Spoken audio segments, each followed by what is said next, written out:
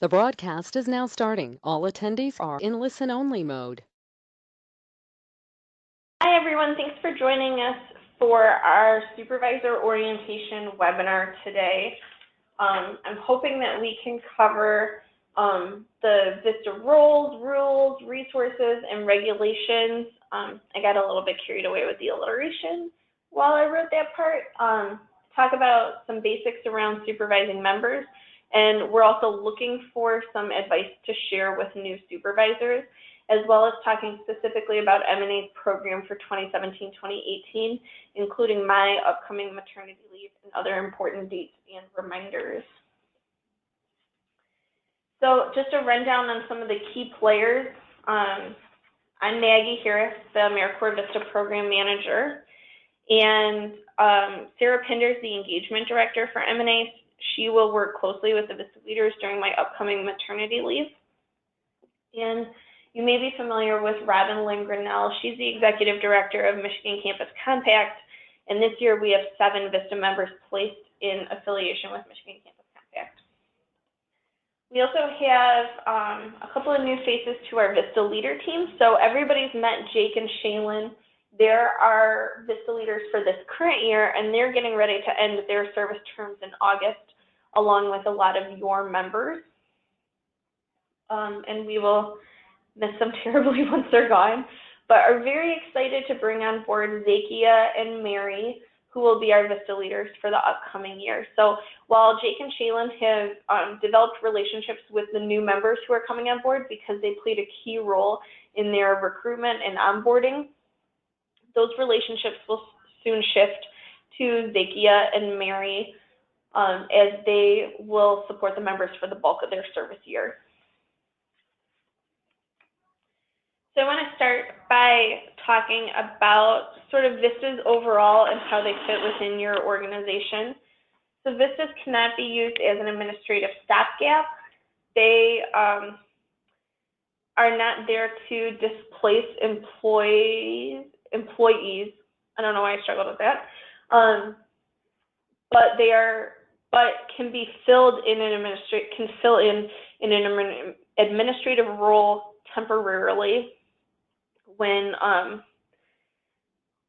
something administrative needs to happen in order for the program to happen, but it can't be a regularly occurring part of their role.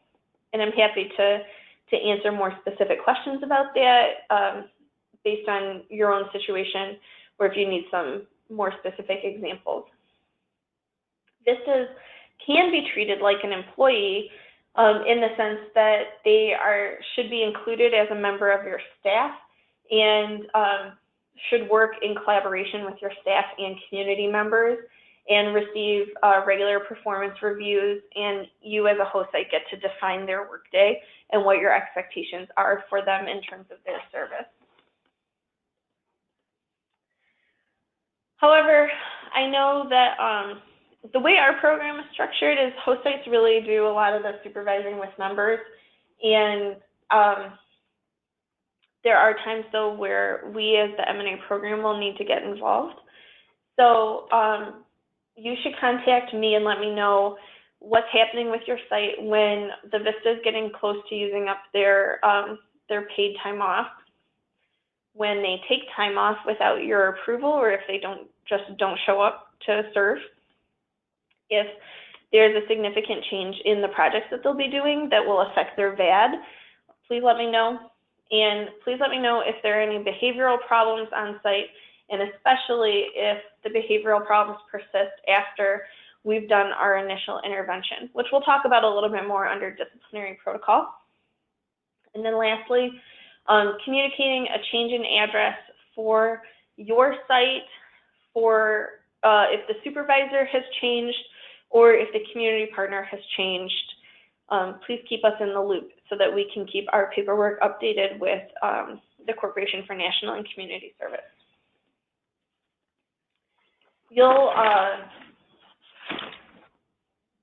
So throughout the course of the year, there will be various times to contact me as well as the VISTA leaders.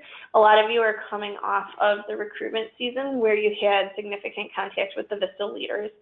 Their role as VISTA members themselves is to support VISTAs during the course of their service. So they're the primary contact for our VISTA members, whereas me as a program manager is your primary contact, and my role is to really support supervisors. I also do the reporting for the Corporation and National Community Service for the grant overall, and guide the program directions, and will step in if problems arise. And the VISTA leaders really focus on providing resources to members and trainings that meet both their needs and your needs as supervisors. I want to encourage you to take a look at VISTA Campus if you have the time. It's a website that's a resource for members and supervisors to get information about the AmeriCorps VISTA program and connect with other members and supervisors nationwide and receive optional professional development trainings. Also through VISTA Campus, there's a series of accredited online courses designed specifically for VISTAs who are in service.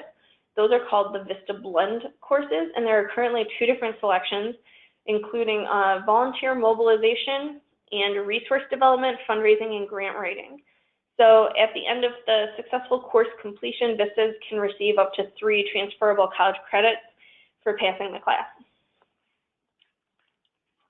To go over benefits, VISTAs receive a living allowance twice a month via direct deposit. The living allowance has been increased for the upcoming year and will be just over $12,000 for the service year. And this low amount helps VISTAs relate to people in poverty, and VISTAs may also be eligible for public assistance during the course of their service. VISTAs receive 10 sick days and 10 vacation days, as well as federal holidays and host site holidays. There's one major change to that, especially around winter breaks for school-based sites, and we'll talk about that in at the end of the webinar. VISTAs should continue to let our program know ahead of time if they plan to be out of the office. And then VISTAs, unlike other AmeriCorps programs, receive an option of their end of service benefits. So they can receive a $5,800 education award or a cash stipend. In the past, the cash stipend has been $1,500, and this year with the cost of living adjustment, it's actually been increased to $1,803. So VISTA Healthcare, VISTA members do not receive their primary health insurance through the program. They're responsible for getting their own primary health insurance. But AmeriCorps VISTA offers its members 2 healthcare benefits. One is an allowance, and the other one's a reimbursement process. And we can, our team here at M&A, as well as the National Service Hotline, can answer additional questions about those options. So VISTAs may participate in outside employment so long as it's legal, it's part-time, they prioritize their VISTA service, and they the place where they're doing their outside employment is not in conflict with a host site or a community partner. In the handout section of the webinar, I've included a copy of the outside employment request form so that you can access that during the course of your time with your members. In terms of education restrictions, CNCS hasn't explicitly placed education restrictions on members, but so it's, as far as we're concerned, it's okay for VISTAs to take classes so long as they don't conflict with the service day that is set forth by you as the host site and the expectations for service set forth by you as the host site. A lot of those conversations should have happened during the recruitment period if they were necessary. And if they haven't happened already, then I encourage you to have them at the very beginning of service or as soon as possible. To quickly refresh, prohibited activities include VISTAs cannot engage in partisan political activities or other activities designed to influence the outcome of an election to any public office. Participating in or endorsing events or activities that are likely to include advocacy for or against political parties. political platforms, political candidates, proposed legislation, or elected officials. They also cannot run voter registration drives. For all of our prohibited activities, if you have any questions, please feel free to access the Hatch Act, which is at the back of our M&A VISTA program handbook. And if you're in a gray area or situational, if you have situational questions, please contact our program so we can help you work through them. Another prohibited activity is organizing or participating in protests, petitions, boycotts, or strikes, assisting, promoting, or deterring union organizing, impairing existing contracts for services or collective bargaining agreements, participating in efforts to influence legislation, including state or local ballot initiatives or lobbying for your program, and organizing a letter writing campaign to Congress. And then the last major prohibited activity is around religion. So VISTAs cannot engage in religious instruction or conduct worship service. They cannot provide instruction as part of a program that includes mandatory religious instruction or worship, construct or operate facilities devoted to religious instruction or worship, maintain facilities primarily or inherently devoted to religious instruction or worship, or engage in any form of religious proselytizing. Hopefully we won't need to delve into the disciplinary process this year, but I want you to be aware of what it is. So for violating any of the terms and conditions of CNCS, AmeriCorps VISTA, M&A, the host site, and or the community partner site, an M&A VISTA member may be subject to the following disciplinary protocol.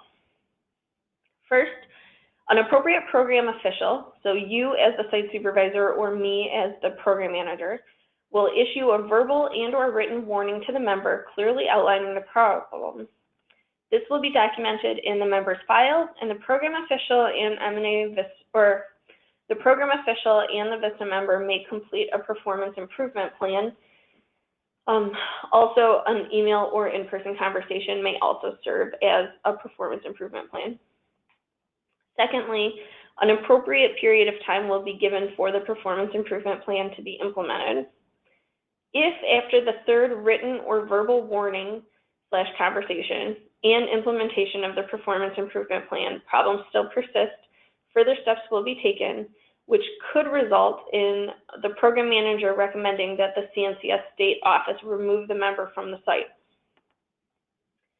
There are a couple of conditions in which CNCS will immediately remove from the site a member who has committed acts during the term of service, which include but are not limited to being charged with or convicted of a violent felony, possession, sale, or distribution of a controlled substance, any other activity that's deemed serious enough to hinder the member's continued service effectiveness. If you as a site supervisor initiate the disciplinary process on your own, please notify the program manager, me, within 24 hours of the incident leading to discipline, so that we're all on the same page. As you know, there are some specific and unique challenges and opportunities to supervising members. So one is that we only have a limited time span to work with AmeriCorps members. VISTAs only serve for 1 year at a time, so there's a high turnover, which can make it difficult to maintain forward momentum on projects. Also, VISTAs receive a living stipend of very low wages during their year of service. So this is intentional on AmeriCorps' part, but it's also extremely difficult for the member who will inevitably run into hardship during the course of their year of service. For our specific program, geographic diversity is another challenge that we face. Our VISTAs are located throughout the state. We only get to see them on our end 5 to 6 times each year. And on the member's end, it can be lonely to be the only person in your position at an organization. And also for a lot of the members, they're geographically isolated from other AmeriCorps members, which can also be difficult. Sometimes VISTAs relocate to serve, which means that they can feel isolated in their new communities as well, which is exacerbated by the low wages that they receive. So it makes it difficult to like go out and explore the community when they don't have disposable income available to them to participate in those sort of activities. One of the program goals for the M&A program for the upcoming year is to do a better job of engaging our members in AmeriCorps events and connecting them with other AmeriCorps members. So part of my plan by doing this is to help reduce the geographic isolation that members may receive or members may perceive during the course of their service.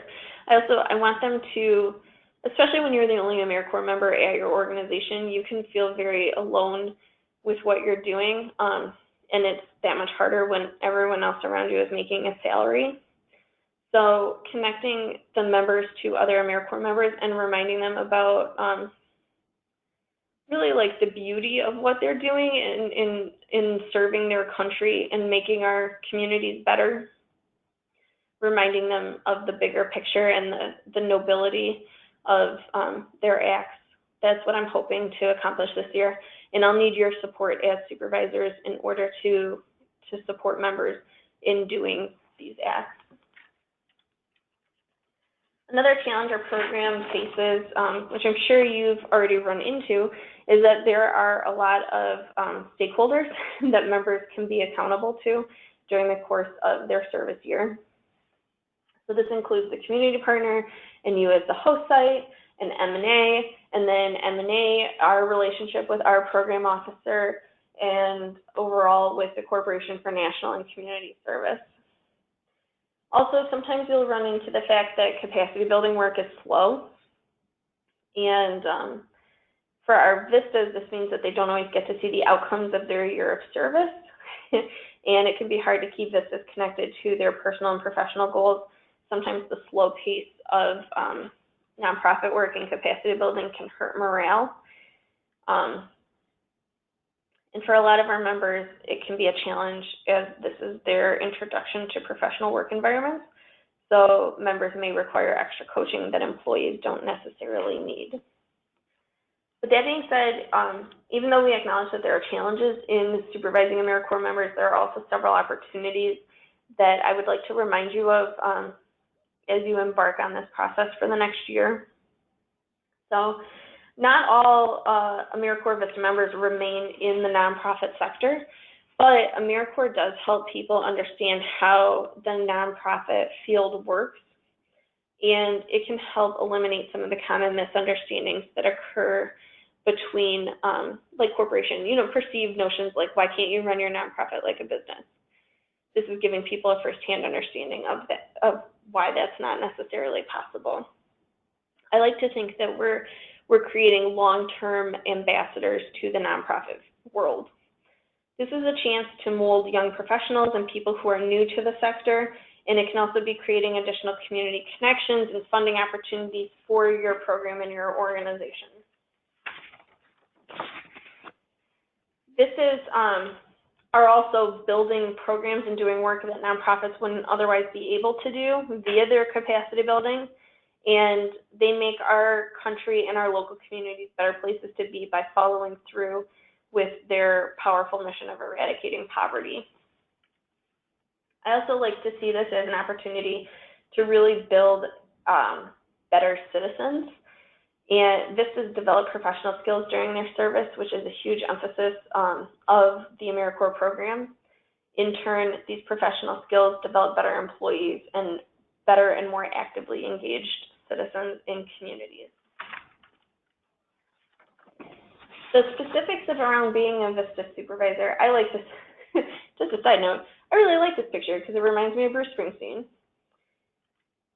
So here's a visual depicting the common cycle of being a VISTA. You'll see that VISTAs tend to start out with a lot of enthusiasm and ideas and then quickly become a little disillusioned. The, oh man, what have I gotten myself into stage when the luster starts to wear off and reality sets in.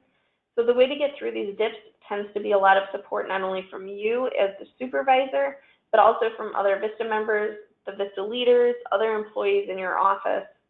Your role as a supervisor is to lead the members to these people and other resources, help provide training, feedback, and guidance. A common quote here at M&A is, "The seed never sees the flower," meaning that the VISTAs may never see the results of all the work that they're doing, but it's still vitally important work. And we like to remind our members of that when they're in a dip, a real struggle mode. Also, M&A has explicitly scheduled VISTA training as a way to connect members to service and hopefully revitalize them throughout the course of the year. So you'll see the 90-day mark is right around the 3-month mark, which is when we're doing regional training.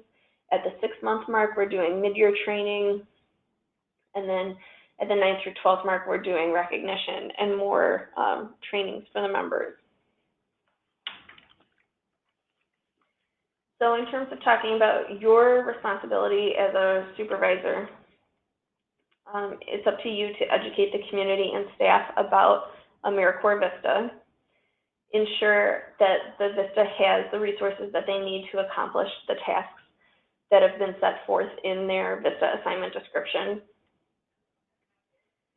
Go over the VISTA assignment description with the member, make sure that they understand what's expected of them, and provide regular feedback, not only to the VISTA, but also to the VISTA leaders and the program manager.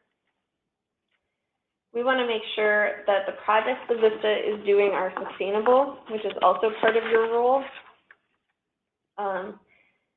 and encourage and provide opportunities for VISTA's personal and professional growth, as well as attending the supervisor meetings and trainings provided by M&A, and supporting the integration of VISTAs into your organization and community. One of the pieces of advice that I received at the AmeriCorps supervisor orientation that I attended right after I was hired was that if you only have enough money in your budget to provide one piece of recognition to a member during the course of their service, do it at the beginning of their service and not the end of their service. Think about what it means when you have a cake waiting for you on your first day at the office and people saying, "We're really excited to work with you. We're really looking forward to the upcoming year. Welcome to the team," versus having a cake on your last day at the office, but no other recognition during the course of that year. The likelihood of someone making it to their last day at the office drastically decreases. Probably not just because of cakes, but that's an example. And then also overall, as a supervisor, we want you to be your VISTA's greatest support.